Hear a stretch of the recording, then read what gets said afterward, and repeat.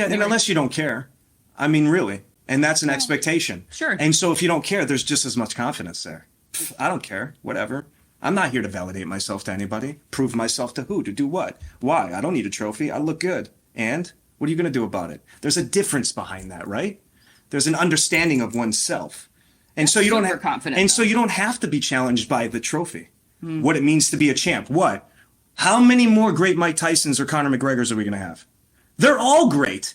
They're amazing. Are you kidding me? Every one of those competitors that are at that level, that put that time and effort into whatever arena that they're battling in, believe me, they're all champions. It's us. It's us, the mob, the tribe of humans that constantly socially push the expectation of what we hope to see, what we want.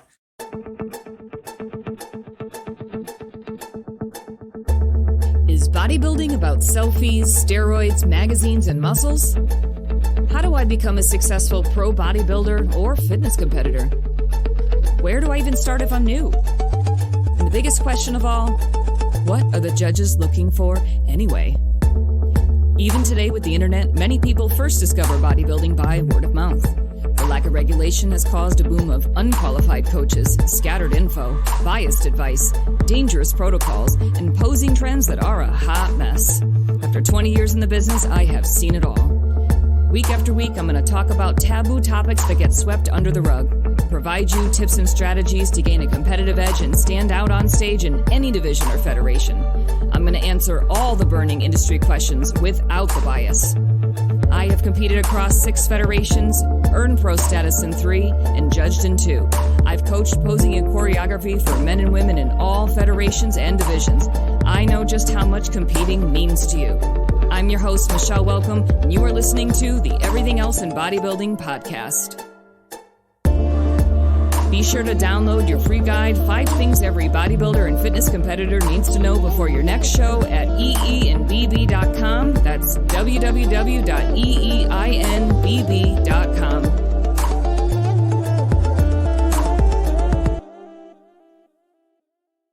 Welcome back, guys. Thank you for joining us. Today is all about how, coincidentally, it's all about confidence. Confidence. Okay. Yeah, as we show up and we're about, 10 minutes into the hour and we're trying to figure it out. And sometimes stuff happens. I mean, people ask me all the time, what do we do if I fall and trip on stage or I walk into a curtain? Like, what happens? And how do you maintain the you keep confidence? going. You keep going. Obviously, we had some technical difficulties. I'm not sure exactly what happened. There was some problems with our broadcasting software down here. I'm not sure what happened with all that, but we're good now. It seems to be working. I think we heard ourselves. We're okay. Yeah, we have sound. Just give us a little something if you hear us, and if you don't, let us know that too, because things do happen. But we're here and we're ready to make this happen. Okay, so we're talking about what today? We are talking about confidence. Confidence. What does it take to be confident, to feel confident Interesting. When you're brand new or coming back from maybe expectations when they were a little bit higher, they didn't meet your expectations. Yeah, sure. Or just complete failure. How do you stay the course and stay confident? Yeah, What are your thoughts on that? Well, I think it sounds ridiculous, but everything comes back to expectation. You know what I mean? Like the expectation of being able to hear myself when I talk, first of all. No. Everything starts for me is the expectation that we set to the result of the goal that we're hoping to achieve. So As long as there's clarity in and around that goal to what I'm hoping to achieve, then the expectations which I set allow my reactions to be more pure, more natural. I'm not looking to validate my existence. I'm not looking to prove anything to anybody. I'm doing what I'm doing for myself in and around an endeavor. If we're talking about bodybuilding here, right? Like the PRs I hit, they're my PR. They're called personal records. They're my personal records. They're not anybody else's. I don't need to compare myself to Ronnie Coleman or Jay Cutler. Not any disrespect to those individuals. They're extremely qualified, hardworking bodybuilders that obviously built a career and have a history that made the sport what it is, but I'm still doing it for me. I think what you're saying is there's a difference between internal and external validation. And I think that's kind of like discovery in the very beginning. Like, what is the purpose of you doing a bodybuilding show or just anything in life that you want to feel really good about? What is that purpose? Is it internal validation? Is it something for you, something that you want to do for yourself because you want to do something great for yourself? Or is it it. You're seeing all these people doing something. It looks pretty cool. You also are seeing all these pro cards. Everyone's getting a pro card, and you're like, I would really like a pro card too, because I want to feel that validation of the, I would say, the society's just celebration. Yeah, preconceived idea of what should or shouldn't be based on what we put our time and effort and worth into. I'll give an example with my music, because we did that on a couple of the first episodes. For me, when I started in music, it was something that kind of happened naturally. I did a little bit in school when I was a kid, like anybody else, the band, this, that, and the other, choir, who knows, right? But as I got older, it became a personal choice. And that personal choice became an evolution of the relationship that I developed with the art itself, the expression behind it, how I engaged with others, what I hoped for, the career that I put out there, my vision and desires and creation, right? For me, indirectly with music, it became an expression of emotion internally. So when I was on stage playing songs or writing songs with other people or doing anything like that, it really was a personal endeavor for myself. I didn't get into it because I wanted to be popular or I wanted to be, with all the girls or boys at the shows. I didn't really it wasn't a party for me. And not that I didn't have a good time. I did, but it wasn't the sole purpose behind what I was doing. So, I didn't get worked up about shows the same way. I had different expectations behind the efforts that I had created, the goals that I had set. They were very internal and very personal. And I allowed that relationship to develop in a very complex and mature way over the 10 plus years, the decade of involvement in that particular industry. But here you are on the other side of that. Yeah. So you went through that whole journey, but talking to people who are brand new, like for example, you did the Battle of the Bands. If you guys explain to the audience what the Battle of the Bands means. Oh my God, I've done a ton of different Battle of the Bands. This one was in LA. You guys were camped out for how many days? Are you talking days? about Otherwise? No, you're talking about way before Otherwise. Right. Yeah. No, so that was in LA, right? Yeah, that was an audition to get on the Ozzfest. So I was young. Yeah. I was young. That was like 17, 18. Brand new. Yeah. How many days did you camp out? Yeah. So it was over 24 hours outside. Yeah. The Palladium was where we were at in LA at the time. And of course, there were, thousands of different bands that we were competing against. But again, this was our own internal expression of what we hoped to accomplish within the existing ecosystem. But it meant something to you to camp out overnight, to go put yourself out there. Yeah. To be to be judged 100% on whether or not you are good enough to be definitely. on the Ozzfest. Yes. So there is a judging component to that. Was I hurt when they didn't pick us? No. Why not? Did it bother me? Did it stop my career? Did it end my next day? Absolutely not. Well, was I disappointed? Of course. We put a lot of time and effort and hope and desire. We had to create a press kit and bios and pictures and headshots, and then we had to perform live in front of a bunch of strangers we'd never met in an empty room, by the way, with like a curtain behind me with some lights on it. It was the most uncomfortable thing you can imagine. Yeah, I bet. But the reality was we had a particular goal. We knew that we may get something, but we didn't have high hopes in the sense that if it didn't work out, it wasn't going to kill us. Our career was going to continue anyway. We were going to keep writing music. We were going to keep playing together. We were going to keep doing what we love as collectively as a group. That was Sorrow's End back then. So I was young. It was one of my first bands. But we knew we wanted to continue. It wasn't going to stop us. So what did we do? Actually, we went to a beach that we'd never been before, hung out all night. I think we stayed up all night doing stupid stuff. Had a great time, went back home to Vegas afterwards, and I think we practiced all the next day. I think actually, if I remember... Did it fuel you? Is that what I'm hearing? Yeah. Fueled the fire to keep going and get better? It did. It wasn't about being better. It was about being more refined within our own ecosystem of existence, meaning we knew we were good with what we presented. We were happy with what we gave them. It was our best package we can put together. And we felt, regardless of the result, that we'd already won. We put ourselves out there. We put ourselves in a situation. There was a lot there that, the majority of the rest of the world just would never do. So for us, we'd already won before we even auditioned. Sounds a lot like bodybuilding, you guys, when you're getting ready for a show and the outcome may not be the expected outcome or the one you hope for, but not being able to celebrate what you have achieved, I think is a big downfall in the sport. I think people put a lot of eggs in one basket. They put a lot of their existence into what the judges have to say about them and let that dictate and determine their emotions about themselves and how great of a job they did. Yeah. with my students, which you guys know, I teach the virtual group classes every week. And my students, I see an evolution in them from when they first start in the class to when I see them on stage. The journey to that stage is it's actually an evolution of blossoming a lot of the times of confidence. And some of that is really just practice. If you think about it, like the other day, so actually it was yesterday. So here's a story real quick. So my parents are getting ready for their 50th wedding anniversary.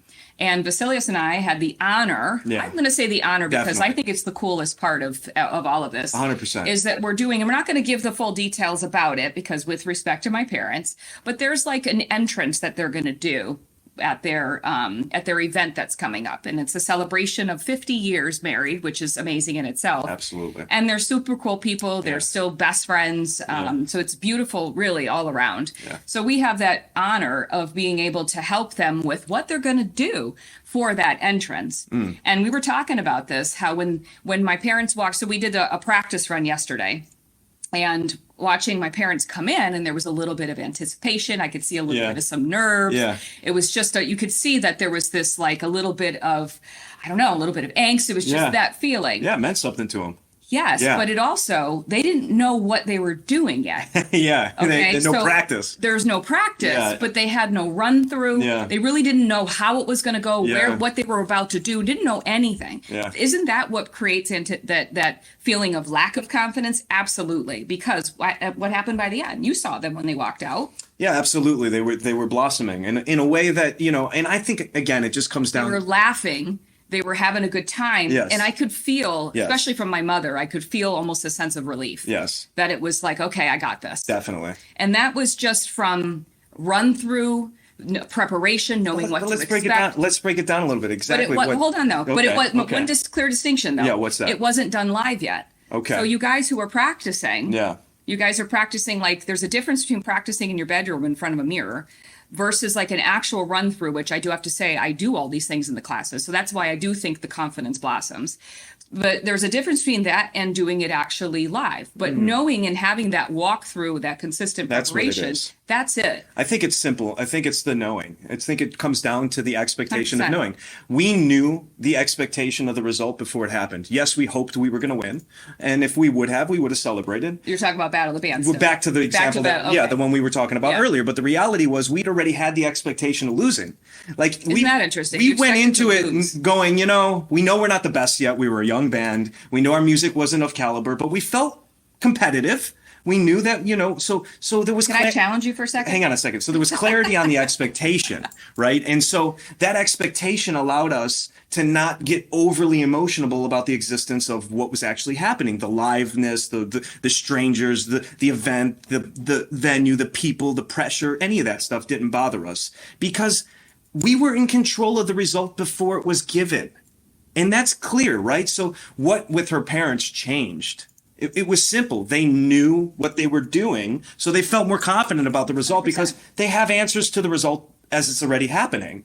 So we're really in control of the way we feel before anything happens, as long as there's clarity in and around the relationships of our emotional existence, the goals we set, and the outcomes we hope for. And especially you new people, you really do hyper focus on all the little details. And that's not a bad thing because you want to know what to expect as much as possible so you feel more prepared. Like, for example, one of my classes last night, we had a student ask about what happens on stage when my number is called and they ask me to change places with somebody. You would think that would be something very simple of a question, but that's a big question for some people, especially if you're new. What do I do? How many times people have asked me, do I go in front of the line of people or do I go behind the group of people?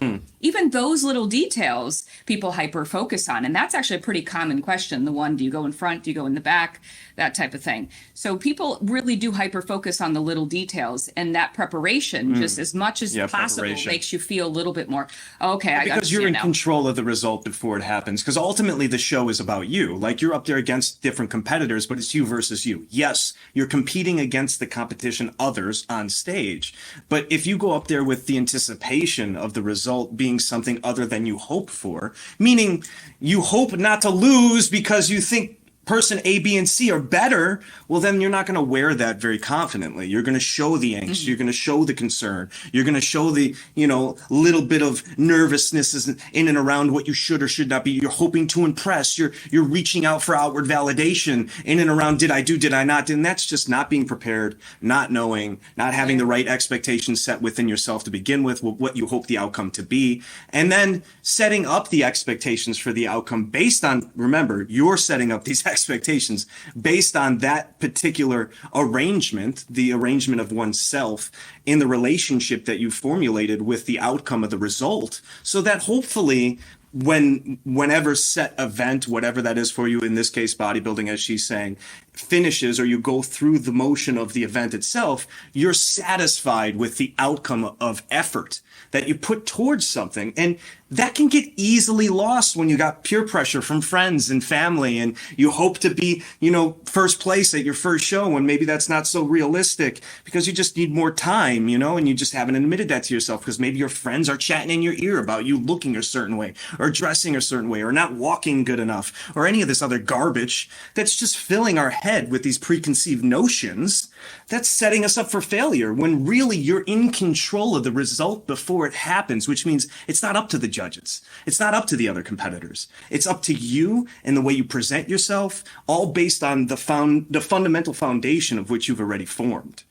So when you were doing the Battle of the Bands, it's not that you were, just to clarify, it's not that you were expecting to lose. You just didn't necessarily have the expectation to win. Because that you felt that you were Well, because to be quite honest, most of those things are politically rigged. Okay. So I went into it with the guys going, this is an exposure for us. This is to gain some networking and exposure within our industry so that we can get on the radar of people within the industry. That was really our number one goal. So that changes everything. So we didn't go into it trying to win the Battle of the Bands. We knew if we won, cool.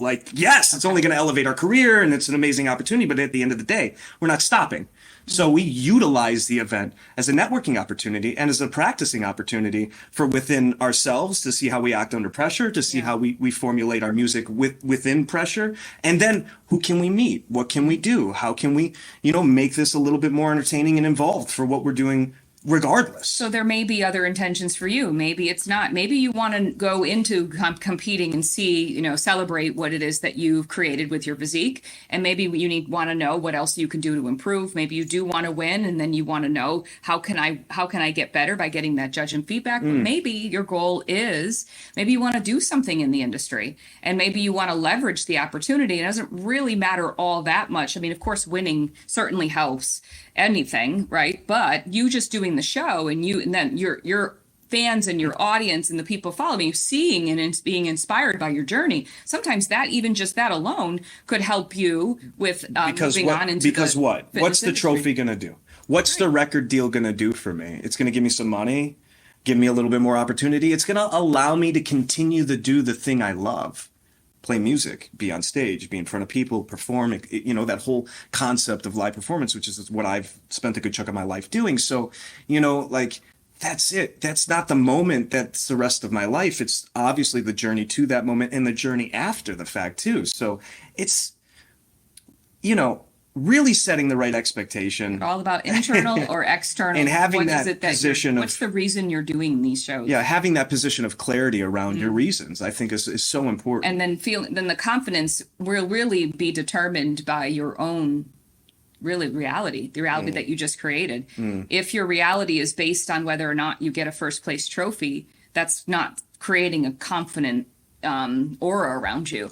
If that's the only thing you're focused on, if you're using it to leverage potentially other things in the business, or you're using it as a stepping stone along your way in the journey, because this is a lifelong journey for you. Those are all different reasons to do the show. And honestly, those are all based on your attitude in any of those arenas. What happens at that show, how you respond afterwards, will really be dependent on that. What was the reason you did the show? I would challenge people to question their why. I know it sounds silly. We've heard it 1,000 times. But why are you doing it? A million times. Why are you doing it? True, and then ask yourself 3 more times, 4 more times, 10 more times. Why? Why am I doing it? Oh, you answer that question and then ask yourself why to that answer. Well, if I'm doing this because I want to look better about myself, why do I want to look better about myself? Well, maybe I want my wife to, think about me a little bit differently when I take my shirt off. Well, why do I care so much? Well, her reactions make me feel a certain way, right? So that reaction makes me feel good about my existence in this relationship, and that I have value and that I have worth. And it's like, well, wait a second. So am I working out to look good with my shirt off, or is it that I lack the worth? Why am I really working out?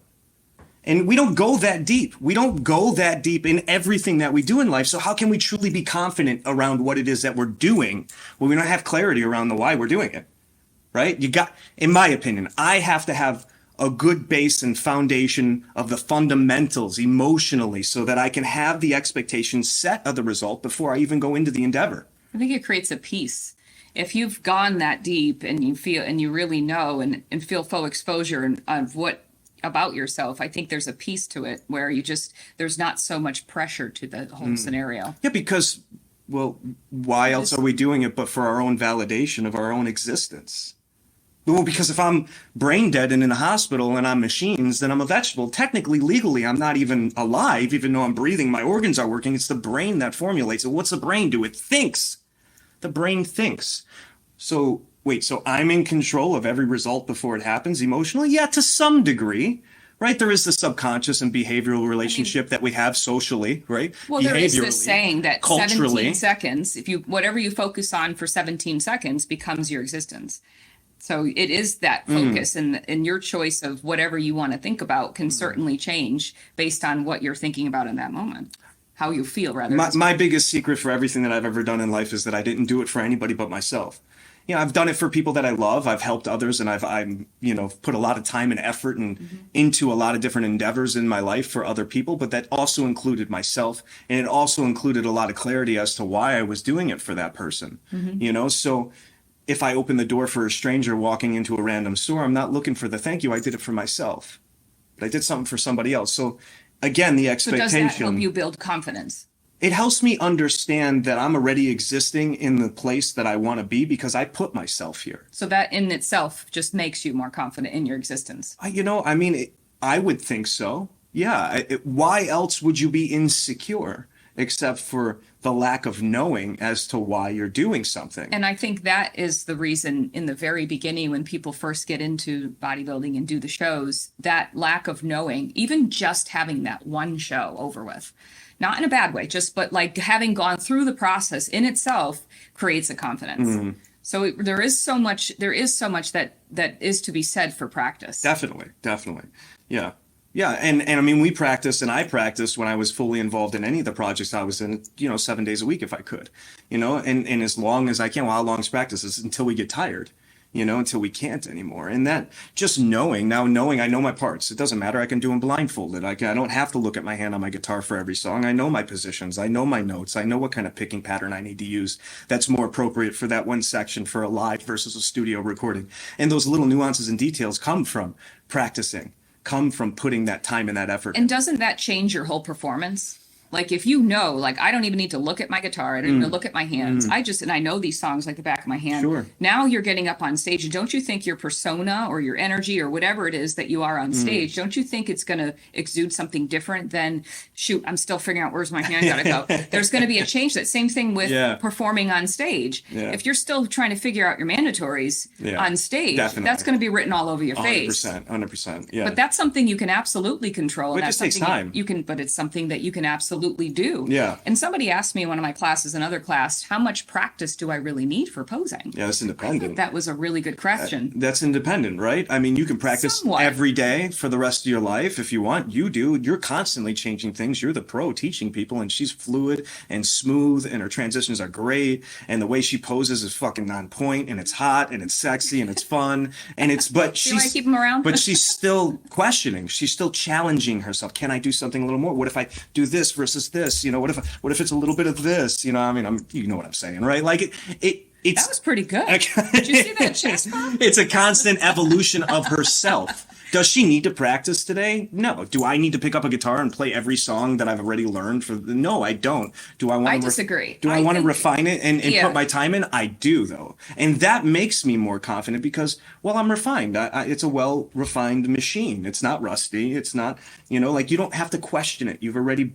built the effort into the, you already put the time and built the confidence around the effort you've put into it. But my fluidity is because I don't stop practicing. I do think, to me, even a little bit, no matter what your journey is and how advanced you are in your skills, I do think a little bit every day, no matter what level you're on, goes far. If you're somebody who's brand new, you really need to master those mandatories. And sometimes it's really how fast you learn, how fast you absorb, and then just that conversation internally with what angles and shapes. Like it's not just hitting a pose, it's making it look good on you. Those things take the most time. Now let's just say you got the pro card and you're somebody who's a little bit more seasoned. Now it's about making you more competitive and thinking like a champion. And that type of change happens. You shouldn't be worrying about, can I hold my pose? Well, let's talk about that. Did you hear that? What does it mean to be a champion? But wait a minute. You shouldn't be worrying about whether or not you can hold your pose while you're on stage, or if you're going to fall out of it because you're gassed and you're exhausted. Like, there's certain expectations to me that rise, especially as you get more experience. There's like you being able to pick up, let's just say you haven't picked up your guitar in 6 months. You know that when you first pick it up, your fingers might be sore, but that goes away pretty fast because you are an experienced level musician. So somebody that is the same with posing. Like your skills will get rusty, 100%. I can't even tell you the people that come back after taking a little bit of time off. We are kind of getting you back into the swing of thing. There is that same thing when you take time off from the gym. There is like getting you back up and running. Usually it's like, for me, if I take time off about 30 days to kind of get my endurance back, like there is that certain something that you want to make sure that you are doing year round. Yeah, and unless you don't care, I mean, really, and that's an expectation. Sure. And so if you don't care, there's just as much confidence there. I don't care, whatever.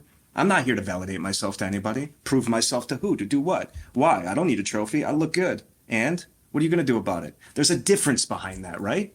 There's an understanding of oneself. And so you don't have confident. And so you don't have to be challenged by the trophy. What it means to be a champ. What? How many more great Mike Tysons or Conor McGregors are we going to have? They're all great. They're amazing. Are you kidding me? Every one of those competitors that are at that level, that put that time and effort into whatever arena that they're battling in, believe me, they're all champions. It's us. It's us, the mob, the tribe of humans that constantly socially push the expectation of what we hope to see, what we want. Well, Conor can do it better. Let's push him to get it further. Well, maybe, sure. And was that entertaining? Great. Where's he today? Is he lost news? No. I mean, he's doing his own thing. He's great in where he's at, but he's not living the same life, and we're not pushing him the same way anymore. The narrative changed for us. It's all a projection of our own thought. Sure. The whole thing. Sure. So why have to rise to the occasion? That's my point. If you want to be that person, Depends on your goal. and if you want to push yourself into those arenas and into those environments to get those titles, those labels, those words which we invented as a species to make us feel better about our own existence, just wrap your head around that for a second. Okay? If that's what motivates you, then hey, nothing wrong with it. I think it's an amazing thing. I think it does wonders for us as a species. I think it could do great things for each other. But the problem becomes, in my opinion, when we just go too far. When we push ourselves so far to the point that we've lost sight as to why we're even doing something anymore, why we lost sight of ourselves, why am I, and what happens within those kinds of environments? We start getting nervous about what we're doing. We start questioning ourselves and our existence. We start building false pretenses, pressure. right? We start building false pretenses around the expectations before they happen. So now I'm not confident anymore. I don't know if I can. I don't know whether so-and-so's better. Well, why am I even here? And When should do you I think even that need happens? Do you think that happens when, not necessarily in the very beginning, like maybe it's somebody who is seasoned, who's been at it I for think a it's while. personal journey. I don't think there's a specific time. I think everybody's at a different place They than the put person. uber pressure. And Well, a personal journey, meaning everyone's in a different place within their own life, and the exposure of their life, behavioral, socially, culturally, it depends on their expectations, where they're at, and how they've come to that particular point within their life, right? So I don't think there's like a one key moment. It's black or white. We're one of the most intellectual, complex species that I'm aware of, And so with that, to think that it's either Republican or Democrat is just ignorant, right? There's just too much. It's not black or white. We're a complex species. So I don't think there's a one answer for that question. But coming back from like ultimate defeat, when you did put all your eggs in one basket. So when you say defeat, you mean defeat in your Whatever own your expectation? exactly. Whatever that was. Let's take it scenario by scenario. How then. do you pivot from there? Your expectation, it's a state of mind. Yeah, where you go, where you focus is what becomes a reality. So new goals, right? New clarity. Absolutely. New clarity. Yeah. It may not even need a goal. Goes back to the if you need a goal, go for it. Absolutely. Incentivize yourself, motivate yourself, keep yourself going, but it's yourself that needs to keep going. I think we're blurry again, by the way. Oh, this thing. What is going on with this thing? It's been an epic. Woo! It's fun. It's a fun day. Well, I mean, that's pretty good. I think at the end of the day, I'd love to hear what you guys have to do, what you guys think about confidence and what brings you confidence, what sort of tactics you have done for yourself to keep that confidence going, even when maybe things didn't go your way. We'd love to hear more from you guys on that subject. Like this amazing camera setup that we have currently. That's okay. It's worked every time prior to this moment. Same computer, same camera, same lighting, same room. But for some reason today, the camera wants to be blurry. Well, that's all right. But is that gonna change us talking to you? Is that gonna change our perspective of the result? I thought we had a great conversation. Did you? I do, and I think I would love to hear more from you guys on what you think of what we talked about today, and maybe some things and strategies that you do to build your confidence, or just make sure that it doesn't go and derail in different directions. But in the meantime, we'll be back next week, same time. We will be on time at 1 p.m. Eastern Standard Time on Thursday. And I'll have a camera that doesn't get blurry, I think. Stuff happens, you guys. Sometimes you trip on stage, you just make it happen. For us, we just kept going. So we're here. Thanks, guys, for tuning in. By the way, go to learntopose.com. I have 2 virtual clinics coming up. The NPC one is October 28th, so scroll down to the various clinics. The OCB, the official one, is coming up on November 4th. So if you guys are learning how to pose, we did mention preparation helps with confidence. So definitely starting place would be to come to those clinics. So come to virtual clinics. Practice, put your time in. If you want to get better at what you're doing and you have clarity around your goals, you want to train with the best. That's the reality. We are the best, period. Simple. All right. We'll see you guys next week. Thanks for tuning in. Talk to you. Ever wonder if you are posing correctly for your division? Learn to Pose is dedicated to taking out the guesswork on how to pose for all categories in bodybuilding. Learn 5 ways you can improve your posing skills in 5 minutes guaranteed at www.learntopose.com. There are free posing tutorials available for the bikini, figure, and men's physique categories, and more on the way for other divisions in bodybuilding. It's free, so go access your free posing tutorial for bikini, figure, or men's physique at learntopose.com.